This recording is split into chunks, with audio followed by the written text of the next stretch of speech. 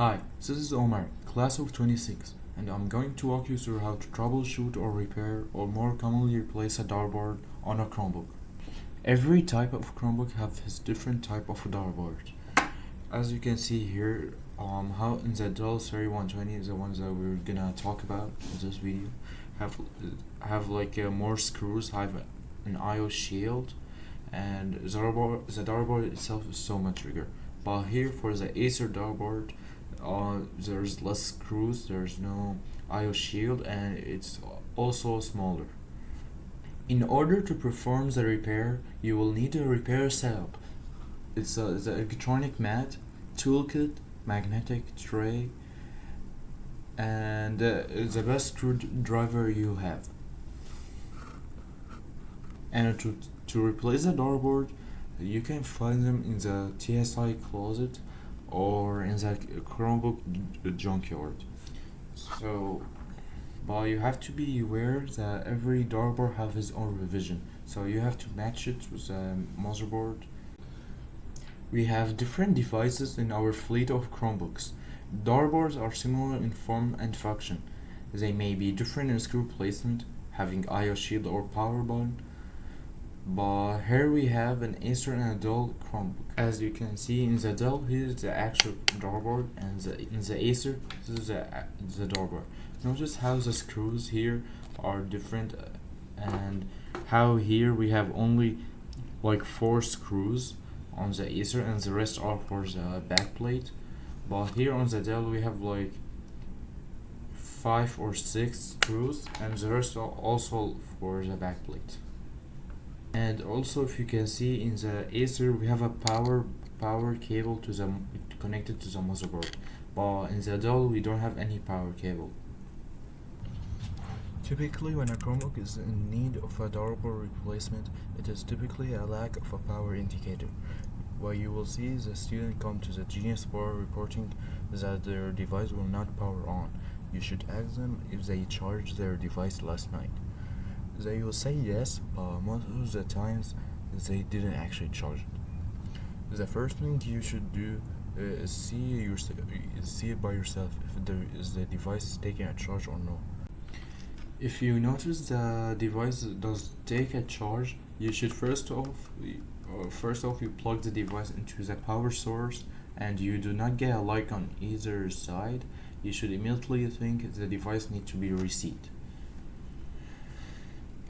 You can reset the hardware on a Chromebook by pressing and holding the refresh button while tapping the power button. Continue to hold the refresh button until the device power on. Make sure the device is plugged in while doing that. If the device does not get a light after a hard reset, we should attempt to reset the battery.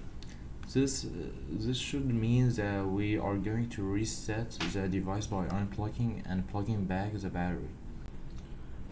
If we see the device is not taking a light from after the hard reset and the battery reset, the next most likely issue is the daughterboard.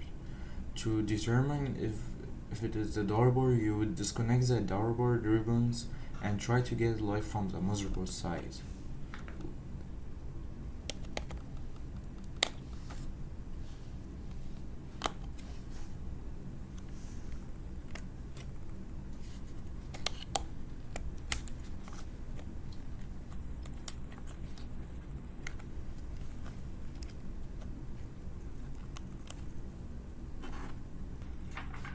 If we do get a light when the daughterboard is disconnected, we will replace the daughterboard. If we do not get a light when the daughterboard is disconnected, the most likely issue is the motherboard failure, which will be discussed later. Alright, now we're gonna see how to do a daughterboard repair on the Dell Series 120. After removing the backplate, the first thing we're gonna do before any repair is disconnecting the battery. Alright, first I'm gonna show you how to do the daughterboard reset. To do the daughterboard reset, we just use a spudger to take out the clips, and then take it out all the way. and then put it back on.